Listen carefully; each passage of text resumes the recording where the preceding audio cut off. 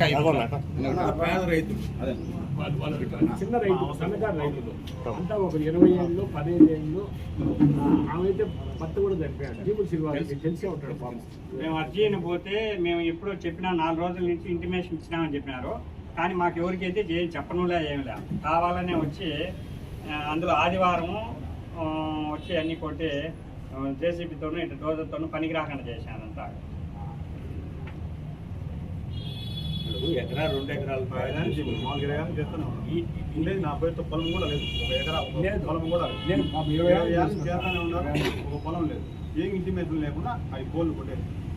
మేము అడిగినాం మేడం అడిగితే చెప్పాలి కదా మేడం, మాకు తెలియాలంటే మేము 4 రోజుల నుంచి చెప్తానే ఉన్నాము, మీకు ఎవరు ఎందుకు చెప్పలేదు అని అన్నారు. ఎవరైతే ఎవరే కానీ ఒక్కరు కూడా చెప్పలేదు. రోజు పత్రికల్లో పత్రికల్లో ఎంతో వాళ్ళు ఎంతో కొండంపై జనపద పత్రికతో పెద్ద బ్యానర్ అయితే వేసి స్టేట్ పేజీలో వినాలు అయితేనేమి పత్రికల్లో రాయడం జరిగింది.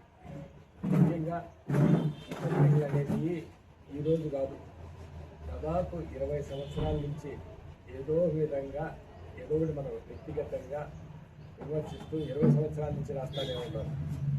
వాళ్ళు 20 సంవత్సరాల నుంచి రాసినా నేను వాళ్ళు రాసే కొద్దీ మెట్టుకు ఎక్కుతూ విజయం సాధిస్తానే పోతూ ఉంటా.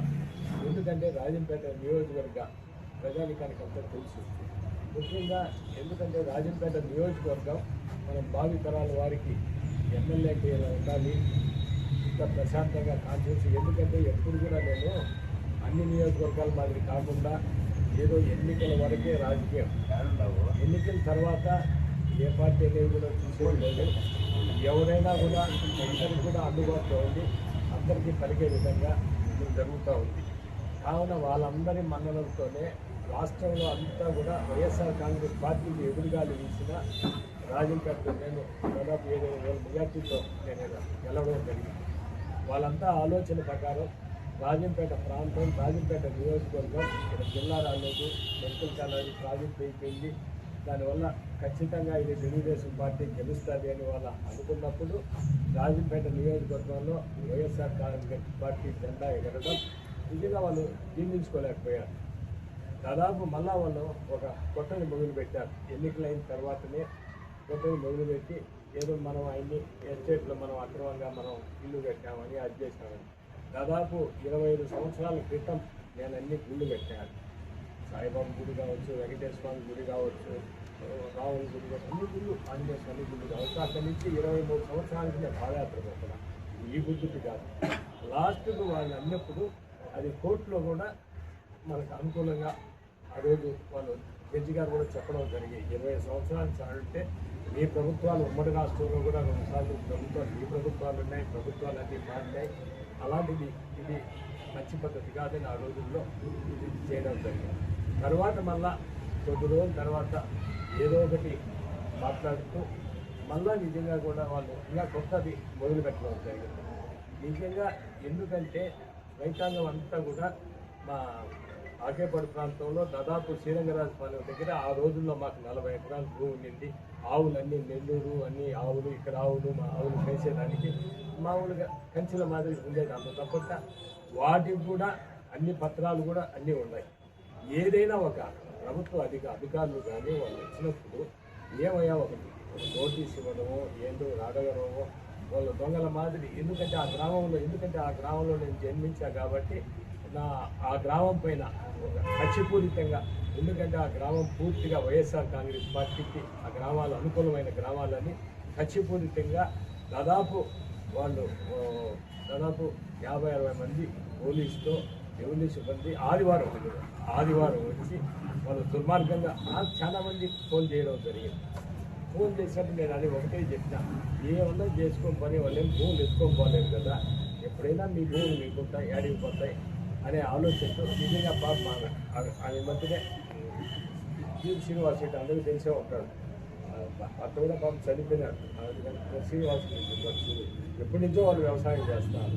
ఇంకా ఇంకొక అబ్బాయి రాఘవాన్, ఇంకొక అబ్బాయి వచ్చి శివాజీ ఆయన రాజంపేట మీటింగ్లో పవన్ కళ్యాణ్ గారు చెప్పారు, అయ్యా అన్నమయ్య మార్గం మీరు ఎందుకు రెడీ చేయలేదు? అమర్నాథ్ రెడ్డి గారి యాత్రలో ఈ మార్గంలో నడుస్తున్నారు. ఇంకా ఆయన పుట్టింది ఆ రోజు ఆయనే మాట్లాడడం జరిగింది. పవన్ కళ్యాణ్ వీడియో కూడా ఉంది, ఇప్పుడు కూడా పవన్ కళ్యాణ్ గారి వీడియో మాట్లాడారు చేశారు. అయినా ఆ రోజు నేను రాజకీయం చేయకూడదు అనుకున్నాను. ఏదో ఇది పాదయాత్ర ఇదేదో మనం చేస్తాం అనుకున్నాను. కానీ ఏదో ఒక విధంగా ఏదో దుర్మార్గంగా రోజు ధ్యాన్ రేఖ రాసింది. మీకు స్టేట్ ఎడిషన్ ఉంటుంది, ఏదో 50 నెంబర్లు అంటారు ఆయన వేసి ఇది 100 లెక్కలు. అయ్యా అది ఏమన్నా అది కంచెలు, పశువులు వేసే కంచెలు.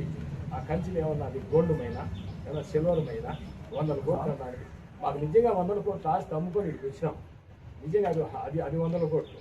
హైదరాబాద్ గురించి 100 కోట్లు. అలాంటిది వాళ్ళు మా గ్రామంలో ఇలాంటి వ్యక్తులపై ఆ ఫోన్లు పడగొట్టి ఇదేమన్నా అటవిక రాజ్యమా, ఇదేమన్నా మిలిటరీ పరిపాలన. మీకు ఎన్ని అర్జీలు ఇచ్చినారు కానీ ఎందుకంటే మనం అధికారంలో ఉన్నప్పుడు కూడా ఒక్కరికి కూడా ఏమన్నా ఒక చేసున్నా కూడా హాని చేయకూడదనే ఆలోచన తెలియకపోయినా వాళ్ళు ఇప్పుడు ఎవరికైనా ఒక్కరికన్నా గత ప్రభుత్వం 5 ఏళ్లలో ఎవరిదే కానీ ఒక ఇల్లు కొట్టడం కానీ చేయడం కానీ ఎక్కడన్నా జరిగిందే? ఏమన్నా ఈరోజు అధికారం ప్రభుత్వం లేక వచ్చిన పార్టీనే వాడు హరిజనుడు, మనీ హరిజనుడు, వాడు ఇల్లు కొట్టారు మార్గంగా. వాడు అధికారంలోకి వచ్చిన బట్టి వాడు ఇల్లు కొట్టారు. ఇంకొక అబ్బాయి కూడా రాఘవ వాళ్ళు ఆయన ఒక చంద్రయ్య వాళ్ళు సామాన్యమైన సామాన్యమైన రైతులు భూములన్నీ చేస్తారు. కడప జిల్లాలోని మరిన్ని వార్తా విశేషాల అప్డేట్స్ కోసం మా SCN న్యూస్ ఛానల్ను తప్పకుండా చూడండి.